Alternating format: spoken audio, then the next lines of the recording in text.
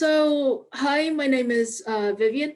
I'm a research scientist at the National Physical Laboratory. That's this logo, NPL. Today I'm going to be talking about materials testing and specifically applying this to breaking biscuits. I work as a material scientist in my day job, and most of my time is spent on microscopes that look a bit like this. And here I am, the stick figure as the microscope operator. This is a microscope called a focus ion beam scanning electron microscope. And that's just a fancy way of saying it's a two-in-one microscope where I can cut tiny shapes and also see tiny things with it. But back to what I'm going to be talking about today, which is materials testing. I'd like to start by asking asking you all a poll question, which is what material would you build a bridge with?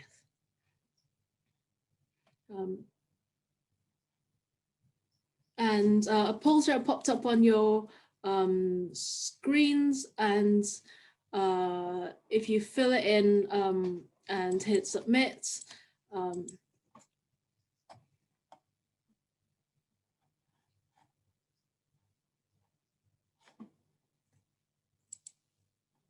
okay, I'm going to see if I can. So the results have come, and the vast majority of you have said that you would build a bridge with steel. Some participants have selected concrete as well, and some wood. And I wonder why you thought that. I wonder what it is about steel or concrete and possibly wood that made you think that's a good choice for building a bridge. I mean, these are different materials that you could be using to build a bridge, and we can all have an argument about it, but without materials testing to measure what would be the best material to build a bridge, actually all you can have is an argument about it without any basis to justify your choice. I mean, even after materials testing, you might still have an argument about it. You still have to have an argument about it, but at least you'd have some measurements and some data to inform your decision. Okay, what's the answer? So which material is best for building a bridge? And of course, the answer is it depends. If you were building a toy bridge, you might want to build one out of paper, and this is quite an impressive one, paper bridge that goes across a room. If you were just building a bridge for pedestrians to cross, say, this water thing, you might want to build it out of wood. But if you were wanting to build a railway bridge where trains had to go across, you would almost certainly want to build it out of something that was some metal like wrought iron. And the questions that material scientists and engineers will ask themselves when they try and decide on materials are questions like, say, who's using it? Is it a human walking across, or a car driving across, or a train? How long does it need to last? For maybe days or decades? How long does it need to be? Are you crossing, say, mountains, or is there water underneath? Or is it quite short? Is it just, I don't know, a canal, or is it like the Thames, or even longer than that? And how much money do you have? Like, how much will it cost? What's your budget for building the bridge? And also, kind of safety-wise, what's the worst that can happen if it breaks? You'll need to be much more careful with, say, a railway bridge than, say, if you were just driving a toy car over a paper bridge. And what material scientists and engineers test materials to measure their properties. In bridges, you would need, well, one of the properties you want to test is strength, but there are all sorts of other materials properties that materials testing will help, will help us to choose, so that we can choose the right materials for making stuff. And I mean, that can be bridges, but that can also be computers. So what's the best computers, what's the best materials for making computers, especially the electronics that, so that they don't fail or your phone doesn't overheat, and that kind of thing. Or cars, so that people can drive safely on roads, or screwdrivers, or crisp packets, and yeah, how do you not get your crisp going soggy, and or much more. And for testing the strength of materials, we use mechanical tests, and these are three kinds of mechanical tests, where you bend the yellow bit is your material, and well, the blue bit is kind of the rig you use to test it, where you can bend a material, you can pull it apart, or you can squish it and push it together, to measure the strength of materials and compare the strengths of different materials. And these three mechanical tests are three ways we can measure different aspects of the strengths of materials. Today we're going to apply the 3-point bending mechanical test to biscuits. So I'm going to demonstrate this live here later on.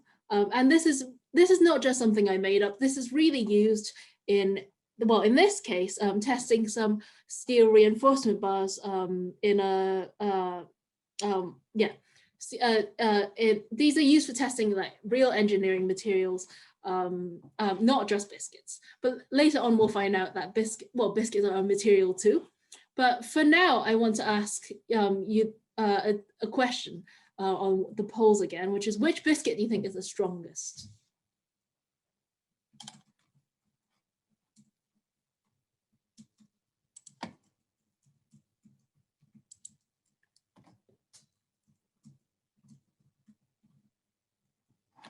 So the pink wafer, the Nice biscuit, and the fig rolls are the three biscuits we're going to be comparing the strengths of today. And recently I found out that Nice biscuit is not pronounced nice biscuit. Who knew? So this is the point where we're having an argument. Everyone thinks it's the fig roll. Well, lots of people think it's a fig roll, and some people think it's a pink wafer. Well, we are about to find out. And I'm going to stop sharing my screen and go to a different camera. So I hope you can, well, you can see here, that's the laptop. This is the laptop I'm presenting off. But I've got here my 3-point bend testing rig set up. These are my biscuits. So I've got my pink wafers, my Nice biscuits, and my fig rolls. And I've got a stale fig roll just to see what happens. And what I've done is I've taken some, basically made some quite simple 3-point bend testing rigs using tape and pencils and cereal box cardboard. Oh.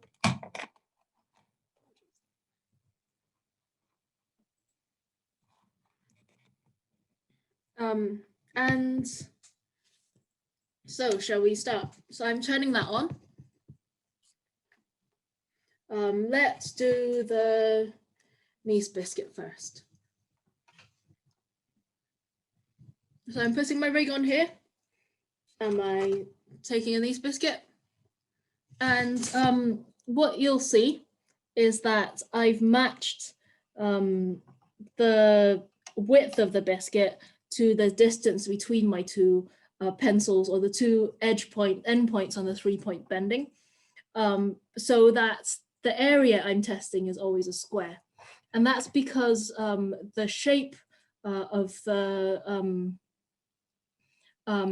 biscuit also makes a difference in how much force I need to put on to break the biscuit. And keeping everything just as a square shape just makes it an easier way to ensure a fair test. So here I'm just going to re-zero. So I can't see that number really very well because it's upside down for me. So I'm going to need your help in to watch very carefully and tell me what weight or which is equivalent to what force the biscuit broke at. So when you think you've seen the answer, put it in the chat and we'll find out. So I've got my third point here, the central point, the central roller. And I'm just going to put it in the middle of the biscuit and push down. Okay, did everyone see that? I'm just going to do another one just as a repeat, because repeating the experiment is really important, so that you know if you've made, I don't know, an unexpected mistake the first time.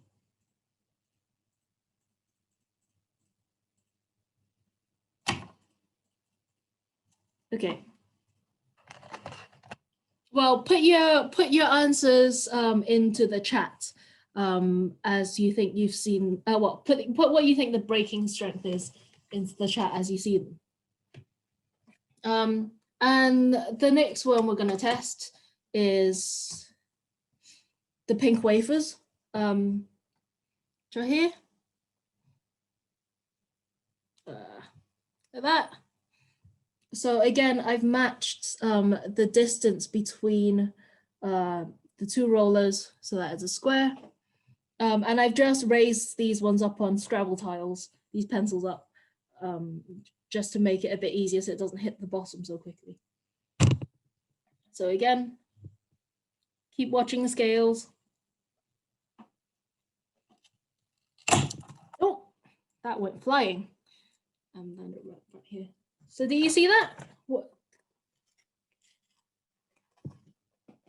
Well, if you missed it, I'm about to do another one. And if you saw it, keep writing down what you think you saw in the chat. Oh, I didn't zero last time.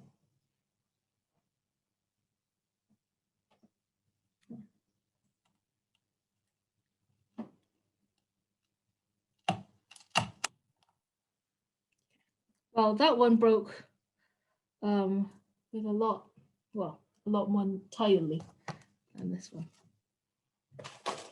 Okay, and the last one, the fig rolls. Just going to dust that off.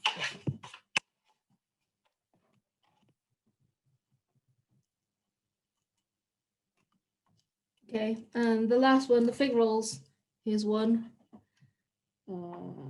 Yeah, and I've matched the width again. Let's try this. This time I remember to zero it. See what this breaks at.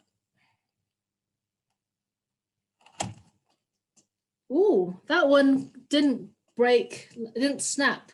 It just kind of went smush. And it's broken into some, I'm not sure if you can, it's broken into a few bits around the bottom. And yeah, keep posting what you think you saw.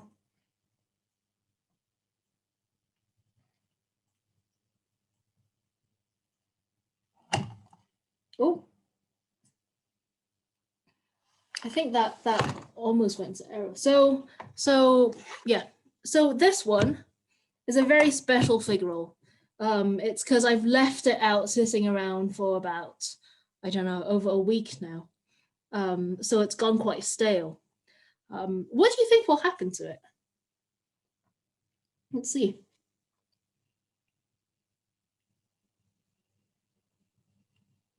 Oh, look, it's not broken yet, and it's totally maxed out the load cell on my scales. So one thing that we can see from that is that when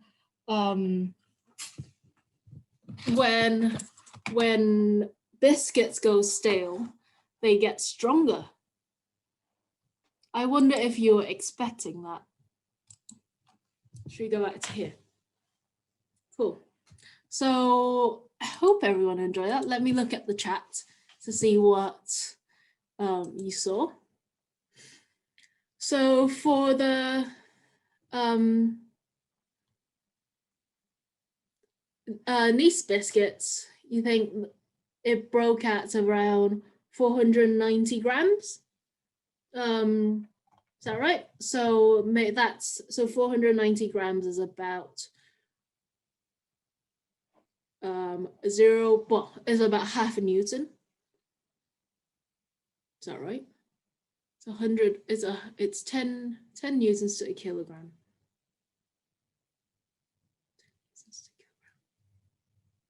Let's just work in grams. Sorry, my brain. And so the Nice biscuits broke at around 490 grams.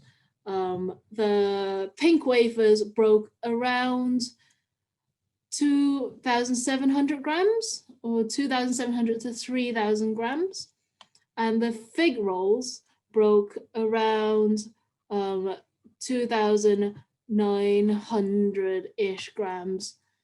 And well, the very stale fig roll errored out because it was too strong for my kitchen scales.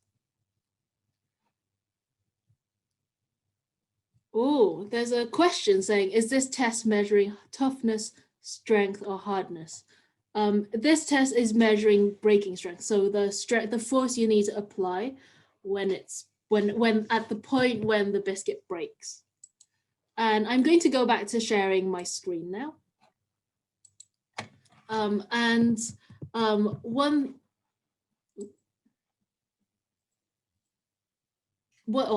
thing I'd like to ask you is actually not which biscuit is strong, but which one would you like to eat the most?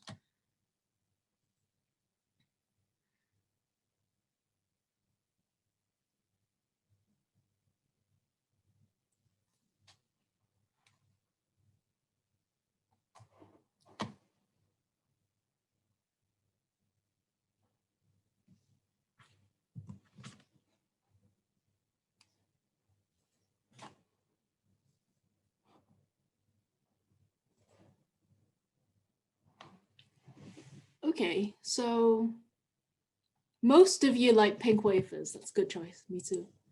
And I wonder why. I wonder why you thought that you would most like to eat the pink wafer. Was it because it was one of the stronger ones? Or was it because it was, was it because the biscuit was particularly strong or not strong? Or was it because it was maybe crunchy or sweet or crispy? Yeah, and actually is which biscuit is the strongest really the right question to ask?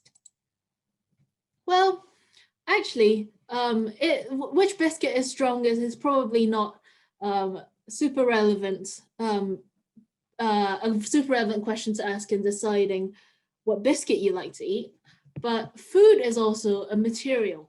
And actually, we can turn a lot of things like that, well, how we describe what food tastes like, into material properties, and start relating things like start relating things like things are when something is hard, that means they're probably quite strong. They're probably also quite stiff. If something's chewy, in contrast, when something's chewy, they're quite compliant or ductile. And you can relate relate material words we use to describe material properties, such as stiff and compliant, or brittle and ductile, or strong and weak, into words in the middle that we use to describe what we mean, well, how whether we like food or not, and how we experience eating it. And of course, in some cases, materials properties don't really work. That's more chemistry. So the other day, I was I was at a webinar on YouTube where I found out about this research, a mechanical food engineer who works at Imperial College London, called Dr. Idris Mohammed. And he does precisely this kind of stuff for his research. So for example, he takes X-ray images of crisps and then to analyze, their properties and maybe what happens if you try and cut them, or whether it goes stale, or how would you slice a burger. So this is a wire cut test on a burger, and this is finding out the mechanical properties of food is precisely what he does as a mechanical food engineer. And it's not, I mean, it's not just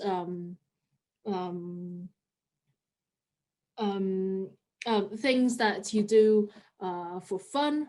You can, I mean, the work that he's done has been written up into papers that have been published in scientific journals and used to inform practices in the food manufacturing industry. And guess what? Testing of a confectionery wafer, so a wafer biscuit, using the 3-point bend test we've just done is part of this paper. So to summarize, material scientists tests all sorts of materials to measure all sorts of properties.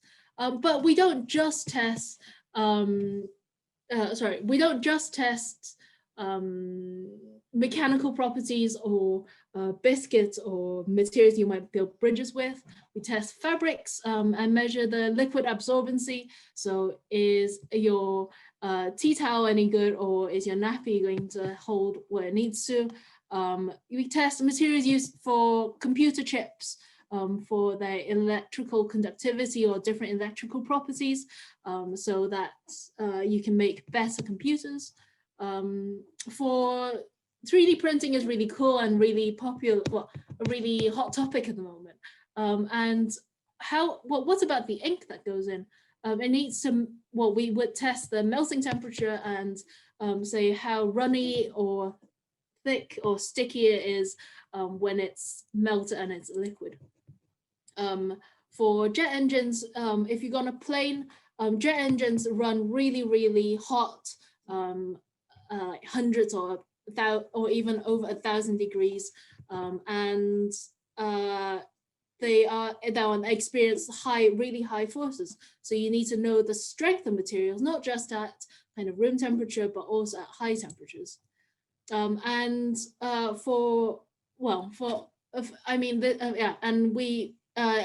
handling different chemicals, so you would like acids or bleach or wherever, you would want to measure the corrosion resistance, or the resistance to chemical attack that, say, rubbers and plastics have.